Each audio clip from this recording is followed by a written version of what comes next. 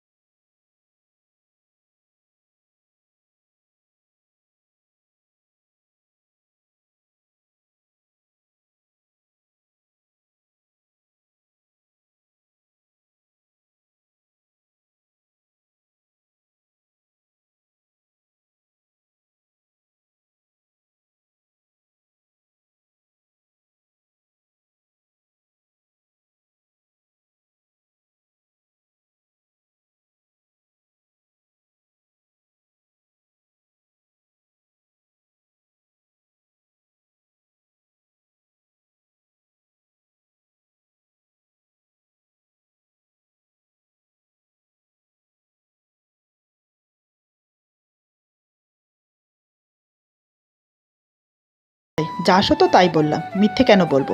আমি তো সকাল থেকেই বন্ধুদের সাথে ছিলাম। আমি বললাম তাহলে আমাকে কেন বললে গার্লফ্রেন্ডের সাথে ছিলে?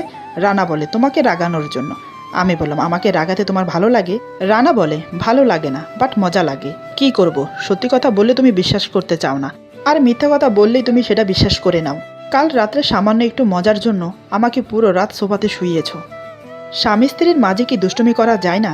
আমি না হয় একটু দুষ্টুমি করলাম তোমার সাথে, তাই বলে বাসর রাতটা মাটি করে দেবে? মানুষ কত অপেক্ষা করে সেই রাতের জন্য তুমি জানো? আমিও করেছিলাম। থাক, তোমাকে বলে আর লাভ কি হবে? তুমি যদি বুঝতে তাহলে আর কাল রাতে এমন করতে না। জানো, আজ যখন বন্ধুদের সাথে সাক্ষাৎ করতে গিয়েছিলাম তখন সবাই আমাকে ঘিরে ধরেছিল। কাল রাত আমার কেমন গেল, আমি আমার বউয়ের সাথে কতটা এনজয় করেছি। আমি কিছুই বলতে পারিনি, কারণ তোমার আমার মাঝে তেমন কিছুই হয়নি। ব্যাস, সামান্য একটু মজার জন্য দুজন আলাদা ঘুমিয়েছি। আমি মাথা নিচু করে সব কথা শুনে যাচ্ছি। মনে মনে নিজেকে অপরাধী মনে হলো। মানলাম ও আমার সাথে মজা করেছে, কিন্তু আমার এমনটা করা উচিত হয়নি কাল রাত্রে। ওকে কি বলবো, এই রাতটা নিয়ে তো আমারও অনেক স্বপ্ন ছিল। আমার বোঝা উচিত ছিল স্বামী স্ত্রীর সাথে মজা করবে না তো কে করবে? আমি আমার নিজের সীমা লঙ্ঘন করে ফেলেছি। কাল আমাদের বিয়ে হয়েছে, কাল রাতে এতটা রিয়েক্ট করা আমার উচিত হয়নি। আমি মাথা নিচু রেখেই বললাম সরি, আমাকে ক্ষমা করে দাও, আমার উচিত হয়নি এমনটা করা। আরেকটা কথা, স্বামী স্ত্রীর মাঝে অনেক কিছুই হয়, ভালো মন্দ, রোমান্টিক কিছু, আদর, ভালোবাসা, মহাব্বত, এসব স্বামী স্ত্রীর সম্পদ। তা বাইরের কাউকে বলা ঠিক না, তাতে করে আল্লাহ অসন্তুষ্ট হন। হাদিসেও আছে এই কথাটা, স্বামী স্ত্রীর ব্যক্তিগত কোনো কথা বাইরে প্রকাশ করা হাদিসে কড়াভাবে নিষেধ করা আছে। আমার কথা শেষ হতে হতে রানার খাবার শেষ হয়ে গেল। সে প্লেট ছেড়ে উঠে বলে মনে থাকবে, কাকে কি বলবো, তেমন কিছুই হয়নি বলার মতো, এই বলে চলে গেল। বুঝতে পারলাম খুব অভিমান করে আছে। আমি আর পেছন থেকে কিছু বললাম না। খাওয়া শেষ করে হাত ধুয়ে উপরে চলে গেল। বাবার রুম আর আমাদের রুম দোতলায়। নিচে অনেকগুলো ঘর আছে গেস্টের জন্য। দোতলাতে মোট 5টা ঘর। পশ্চিম পাশের ঘরটাতে বাবা থাকে, আর পূর্ব পাশের ঘরটাতে আমরা থাকি। মাঝখানের 3টা রুম খালি থাকে। খালি থাকে বলতে একটা রুমে বাবা অফিসের কাজ করে, আরেকটা রুমে লাইব্রেরির মতো বানিয়ে রেখেছে, অন্য একটা আসবাবপত্র দিয়ে সাজানো শুধু। এমনিতে সেখানে কেউ থাকে না। আমি খাবার শেষ করে টেবিল গুছিয়ে রুমে চলে গেলাম। রুমে এসে দেখি রানা ঘুমিয়ে পড়েছে। হয়তো সোফাতে রাতে ভালো করে ঘুমোতে পারিনি, তাই আমি আর ডাকলাম না। আমি চুপটি করে সোফাতে গিয়ে শুয়ে পড়ি, কারণ এই সময়টাতে কিছু করার ছিল না। বসে যে কারোর সাথে আড্ডা দেব তেমন কেউ নেই। দুপুরের টাইম, সবাই খাওয়া দাওয়া কমপ্লিট করে যার যার রুমে চলে যায় রেস্ট করতে। আমার বিকেলের ঘুমানোর অভ্যাস নেই। চাচার ওখানে থাকার সময় দুপুরে খাওয়া দাওয়া করে শুয়ে শুয়ে বই পড়তাম, কিন্তু এখানে তো কোনো বই নেই আমার কাছে, তাই শুয়ে রইলাম। এপাশ ওপাশ করছি, কিন্তু ঘুম আসছে না। আর এদিকে রানা গভীর ঘুমে মগ্ন, কোনো হোশ নেই ওর। এখন যদি ওকে কেউ উঠিয়ে পানিতেও ফেলে দেয় তারপরও মনে হয় ওর ঘুম ভাঙবে না। চেয়ে রইলাম ওর দিকে আর ভাবছি নিজের নিয়তির কথা। কোথায় ছিলাম, কোথায় এসেছি। চাচা চাচিকে ভুল বুঝেছি। ভেবেছিলাম তারা নিজের স্বার্থের জন্য আমাকে বিক্রি করে দিয়েছে। ভেবেছিলাম আমার স্বামী খারাপ হবে হয়তো, তাই আমার মতো গরিবের মেয়েকে বিয়ে করাচ্ছে। হয়তোবা আমার শ্বশুর ভালো মানুষ না, আরও নানান রকমের অনেক খারাপ কথা মনে এসেছে তাদের প্রতি।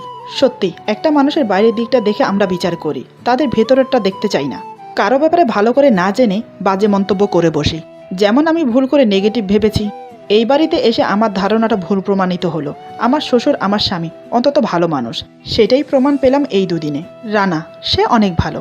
কাল রাতে সে ইচ্ছে করলে আমাকে জোর করে নিজের কাছে নিতে পারত, কিন্তু সে সেটা করেনি। শুধু দূরে বসে নিজের ভালোবাসাটাই ইজাহার করে গেল। এটাকেই বলে রেসপেক্ট, সম্মান। সত্যি কি আমি এত ভাগ্যবতী? আল্লাহ আমার কপাল এত সুখ লিখে রেখেছেন। নানান কথা ভাবতে ভাবতে কখন যে চোখ লেগে এসেছিল বুঝতেই পারিনি। ঘুম ভাঙলো কারোর হাতের ছোঁয়াতে। আমি চোখ মেলে চোখের সামনে রানাকে দেখে ধরপর করে উঠে বসি। আমি বললাম সরি, কখন যে চোখ লেগে গিয়েছিল বলতে পারি না। তুমি কফি খাবে? আমি এখন নিয়ে আসছি। আমাকে এতটা উত্তেজিত দেখে রানা বলে আরে আরে রিল্যাক্স, এত ব্যস্ত হইও না। আগে একটু শান্ত হয়ে বসো, তারপর না হয় কফির জন্য যেও। ওর কথাগুলো শুনতে শুনতে ঘড়ির দিকে দেখলাম 6:30 বাজে। তার মানে আমি পাক্কা 3 ঘন্টা ঘুমিয়েছি। যে মানুষটা দিনে কোনোদিন ঘুম যায় না, তার আজ চোখে ঘুম এলো কি করে সেটাই ভাবছি। আমাকে চুপ দেখে রানা বলে কি ব্যাপার, কি ভাবছো? আমি বললাম কিছু না, তুমি কখন উঠেছো? রানা বলে এই তো আধা ঘন্টা হলো উঠেছি। আমি বললাম তাহলে আমাকে ডাকলে না কেন? রানা মনে মনে বলে এই তো সুযোগ কাল রাতের শোধ নেওয়ার। রানা বলে কি করে ডাকি বলো, তুমি যেভাবে নাক ডেকে ঘুমাচ্ছিলে তাই ভয়ে ডাকতে পারলাম না। আর দেখো আমার ঘুমও ভেঙে গেল তোমার নাক ডাক শুনে। আমি ভুরু কুচকে বললাম কি বললে তুমি? আমি নাক ডাকি? বললেই হলো। আমি খুব ভালো করেই জানি আমি নাক ডাকি না। তুমি আমার সাথে মজা করছো। রানা বলে, আচ্ছা তুমি আমাকে একটা কথা বলো তো, হাতি কখনো নিজের শরীর দেখতে পারে? আমি বললাম না, কিন্তু নাক ডাকার সাথে তার তুলনা কি? রানা বলে, তুলনা আছে বটে, এবার এটা বলো তো কেন দেখতে পারে না হাতি তার নিজের শরীর? আমি বললাম, হাতির কান অনেক বড়, তাই কানের জন্য নিজের শরীর কখনোই দেখতে পারে না। রানা বলে, একদম ঠিক বলেছ, হাতি যেমন কানের জন্য তার নিজের শরীর দেখতে পারে না, ঠিক তেমনি তুমি ঘুমিয়ে থেকে নাক ডাকলে ঘুমের ভেতর থেকে কিভাবে বুঝবে? তুমি তো আর জেগে জেগে নাক ডাকছো না যে তুমি বুঝতে পারবে তুমি নাক ডাকছো। কিন্তু যারা তোমার আশেপাশে থাকবে তারা নিশ্চয়ই জানবে তুমি নাক ডাকছো, যেমন আমি ছিলাম তোমার পাশে। আমি মুখটা গম্ভীর করে বললাম, আমার পাশে ছিলে না, খাটে ছিলে। রানা বলে, ওই হলো, খাটে আর পাশে একই তো হলো। আমি বললাম, তুমি এখনো মজা করছো আমার সাথে, তাই না? রানা আমার মুখের কাছে মুখ এনে বলে, কেন বলবো, আমি মজা করছি না সত্যি বলছি? এই বলে আলতো করে আমার নাকে একটা টোকা মারে। তারপর সোফায় বসতে বসতে বলে, ঘুমের লেশ কেটে গিয়ে থাকলে যাও কফি নিয়ে আসো দুজনের জন্য। আমি কিছুক্ষণ ওর দিকে তাকিয়ে রইলাম, তারপর চলে গেলাম কফি বানাতে। আমাকে চলে যেতে দেখে রানা মিটমিট হাসছে আর মনে মনে বলছে, বেশ বোকা বানিয়েছি, আমাকে কাল রাতে ভালোবাসতে না দেওয়ার শাস্তি। এদিকে আমি কফি বানাতে বানাতে ভাবছি, সত্যিই কি আমি নাক ডাকি, নাকি রানা আমার সাথে মজা করছে? আমি যদি নাক ডাকি, কই কখনো তো আমার চাচি আম্মা নয়তোবা চাচা কোনোদিন বলেনি। না, নির্ঘাত আমাকে বোকা বানাচ্ছে রানা। দাঁড়াও, আমাকে বোকা বানাচ্ছ তাই না? এবার দেখো মজা। এই ভেবে 2 কাপ কফি বানিয়ে ওর কাছে গেলাম, ওর কফিটা ওর হাতে দিয়ে সোফায় ওর পাশে বসলাম। আমি নিশ্চিন্তে বসে কফি খাচ্ছি আর ওর দিকে দেখছি। কফি খেয়ে কেমন প্রতিক্রিয়া ফুটে ওঠে ওর মুখে সেটাই। কফিতে এক চুমুক দিয়ে মুখটা কেমন যেন করে নিল রানা। সে যেন বুঝতে পারছে না কফিতে কি মেশানো আছে। আবার এক চুমুক নিল, এইবার বুঝতে পারলো কফিতে কি মেশানো আছে। রানা কিছু বলার আগে আমি বললাম, কফি কেমন হয়েছে বললে না তো? রানা বলে, ইচ্ছে করে কফিতে লবণ আর মরিচ মিশিয়েছ তাই তো? তা কেন এমন করলে? আমি একটু মুচকি হেসে বললাম, একটু আগে আমাকে বোকা বানানোর উপহার। কেন, তোমার পছন্দ হয়নি? রানা অভিমান করে বলে, পছন্দ না হওয়ার কি আছে, তুমিই তো বানিয়েছ আমার জন্য, তাও আবার এত কষ্ট করে, না খেয়ে উপায় আছে? এই বলে রানা সেটা খেতে লাগলো। কোথায় ভাবলাম সে আমার সাথে রাগারাগি করবে, তা না উল্টো আমি বানিয়েছি বলে খাচ্ছে। ব্যাপারটা বেশ খারাপ লাগলো, তাই আমি বললাম, সরি, আমি ভেবেছিলাম তুমি। আমাকে কথাটা শেষ করতে দিল না। রানা বলে, তুমি ভেবেছিলে আমি রাগ করে কফিটা ফেলে দেব, নয়তোবা তোমার সাথে রাগারাগি করব। এখন তার কিছুই করছি না। দেখো, কথায় কথা রাগ করা নয়তোবা কোনো কিছুর উপর রাগ করা আমার অভ্যাস না। আমি বললাম, এমন করে বলছো কেন? সরি বললাম তো। রানা বলে, সরি বললে হবে না। আমি বললাম, কি করতে হবে? রানা বলে, কি করতে হবে সেটা রাতে বলবো, এখন না। আমি বললাম, কফিটা ফেলে দাও, ওটা খাবার যোগ্য না, আমি বরং তোমাকে নতুন করে বানিয়ে দিচ্ছি। রানা বলে, নতুন করে বানাতে হবে না, তুমি যদি কিছু মনে না করো তাহলে তোমার কাপ থেকে খেয়ে নেব। আমি বললাম, এমা না না, এটা তো ঝুটা হয়ে গেছে। আমি মুখ দিয়েছি। রানা বলে, তোমার ঝুটা খেতে আমার কোনো অসুবিধা নেই, হয়তো আমার ঝুটা খেতে তোমার অসুবিধা হবে, তাই বলছি তুমি খেয়ে আমাকে দাও। আমি একটু লজ্জা পেয়ে বললাম, আমার ঝুটা খেতে যদি তোমার আপত্তি না থাকে তাহলে আমার কেন থাকবে, এমনিতেও। এই বলে চুপ হয়ে গেলাম, মনে মনে ভাবছি, ধেত কি বলতে কি বলে ফেলছি। রানা বলে, এমনিতেও কি বলো? আমি বললাম, কিছু না, এই নাও কফি খাও। জানি না আমার কথায় রানা কি বুঝলো, সে মুচকি হেসে আমার হাত থেকে কফিটা নিল। আমি ওকে দেওয়া কফিটা এক চুমুক খেয়ে দেখলাম, ছি কি বাজে হয়েছে, কিন্তু ও খেলো কিভাবে? রানা আমার মুখের দিকে তাকিয়ে বলে, কি হলো, কফিটা কেমন হয়েছে? আমি বললাম, ছি কি বিশ্রী, তুমি কি করে খাচ্ছিলে? রানা বলে, তুমি কখনো প্রেমে পড়েছো? আমি বললাম, না, সে সৌভাগ্য কখনো হয়নি। রানা বলে, আমি পড়েছি, তাও তোমার প্রেমে, তাই তোমার বানানো বিশ্রী কফিটাও আমার কাছে খুব মিষ্টি লাগছিল। ওর কথায় আমি কোনো উত্তর দিতে পারলাম না, তাই মাথা নিচু করে বসে আছি। রানা আমার হাত ধরে বলে, কালকের ভুলের জন্য কি আজও আমাকে দূরে রাখবে? আমি মাথা নিচু করে বললাম, জানি না। রানা বলে, জানি না বললে তো হবে না, তোমার আশায় তো অনেক অপেক্ষা করেছি, এখন তোমাকে কাছে পেয়েও কি আরও অপেক্ষা করতে হবে? আমি চুপ করে রইলাম, কি করে বলবো তোমাকে কাছে টানতে আমার কোনো আপত্তি নেই, তুমি আমার অপরিচিত থাকলেও কিন্তু এই দুদিনে কিভাবে জানি আপন করে নিয়েছি। রানা বলে, আমি জানি তোমার মনে সংকোচ হচ্ছে, তাহলে থাক, আমি জোর করব না। এই বলে আমার হাত ছেড়ে উঠে যাচ্ছিল, আমি ওর হাত ধরে ফেলি, কিন্তু ওর চোখে চোখ রাখতে পারছি না। রানা আমার দিকে তাকিয়ে আবার বসে পড়ল, কিন্তু কিছু বলল না। দুজন অনেকক্ষণ বসে রইলাম একে অপরের হাত ধরে। নীরবতা ভেঙে আমি বললাম, কি হলো, এভাবে বসে আছো যে, কিছু বলছো না কেন? রানা বলে, ভালোবাসি তোমাকে, ভালোবাসবে আমায়? আমি ওর দিকে তাকিয়ে রইলাম। রানা বলে, অমন করে তাকিয়ে থাকতে বলিনি, ভালোবাসবে আমাকে সেটা বলতে বলেছি। আমি বললাম, আমরা স্বামী স্ত্রী, তোমার সম্পূর্ণ অধিকার আছে আমার উপর, তুমি চাইলেই আমাকে ভালোবাসতে পারো। রানা বলে, তাহলে আমি চাইলেই তোমাকে ভালোবাসতে পারি কি, তাই তো? আমি বললাম, এক কথা বারবার জিজ্ঞেস করছো কেন? রানা বলে, অনুমতি চাইছি। আমি বললাম, সব কিছু কি মুখে বলতে হয়? কোনো মেয়েকে মুখ ফুটে বলে আমাকে ভালোবাসো? রানা বলে, উফ, তোমরা মেয়েরা না সব পারো, শুধু নিজের স্বামীর কাছে ভালোবাসাটা প্রকাশ করতে পারো না। ঠিক আছে, আমি তোমাকে পেরা দেব না। এই আমি এখানে বসলাম, যতক্ষণ পর্যন্ত না তুমি আমাকে বলবে তুমি আমাকে ভালোবাসো, ততক্ষণ পর্যন্ত আমি খেতে যাব না। এই বলে রানা খাটে বসে। এবার আমি কি করি? এ তো পণ ধরে বসেছে, আমি কিছু বললাম না। মনে মনে ভাবলাম হয়তো এমনি বলছে, কিন্তু রাতে যখন ডিনার করতে ডাকলাম রানা আসলো না, সোজা বলে দিল খিদে নেই। বাবা খেয়ে নিয়ে চলে গেল। আমি খেলাম না রানার জন্য। আমি রুমে গিয়ে বললাম, কি ব্যাপার, খেতে আসছো না কেন? রানা বলে, আমার খিদে নেই। আমি বললাম, আমার খিদে পেয়েছে, চলো আমার সাথে খাবে।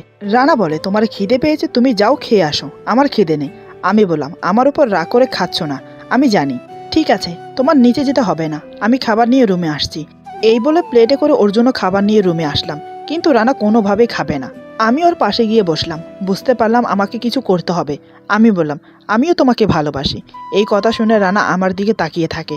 সে বলে, কি করে বুঝবো তুমি আমাকে ভালোবাসো? আমি বললাম, কি করে বুঝবে মানে? বললাম তো আমি তোমাকে ভালোবাসি। রানা বলে, আমার প্রুফ চাই। আমি বললাম, কি করতে হবে? রানা বলে, বেশি কিছু না, আমার কপালে কিস করতে হবে আর আমাকে হাতে তুলে খাইয়ে দিতে হবে। ওর কথা শুনে আমি তো অবাক, এ কি বলছে ও? আমি লজ্জায় অন্যদিকে ফিরে বললাম, আমি পারবো না। রানা বলে, তার মানে তুমি আমাকে ভালোবাসো না? তোমার খাবার তুমি খাও, আমি খাবো না। এ তো মহা বিপদে পড়লাম। আমি বললাম, তুমি আমাকে ভালোবাসো না, তাই তো আমাকে না খাইয়ে রাখতে চাইছো। রানা বলে, আমি তোমাকে ভালোবাসি, তার প্রুফ দেব? আমি বললাম, তুমি খাবার খেয়ে নাও, তাহলে বুঝবে তুমি আমাকে ভালোবাসো। রানা বলে, তুমি কি ভাবো নিজেকে, খুব চালাক? তা হচ্ছে না। এই বলে চুপ হয়ে গেল। আমিও কিছু বলছি না। দুজন চুপচাপ বসে রইলাম অনেকক্ষণ। নীরবতা ভেঙে রানা আমার হাত ধরে, তারপর বলে, দেখো আমরা স্বামী স্ত্রী, এভাবে একে অপরের সাথে অভিমান করে থেকে কোনো লাভ নেই। তার চেয়ে বরং এসো, আমি তোমাকে খাইয়ে দিই। এই বলে রানা আমাকে খাইয়ে দিল।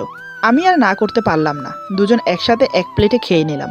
এখন ঘুমোনোর পালা। আমি বললাম, তুমি খাটে ঘুমাও, আমি সোফাতে ঘুমোচ্ছি। রানা বলে, সোফাতে ঘুমোতে হবে না, আমার পাশে এসে ঘুমাও। দেখো, সংকোচ করো না, আজ নয়তো কাল আমরা একসাথেই ঘুমাবো খাটে, একে অপরের বুকে।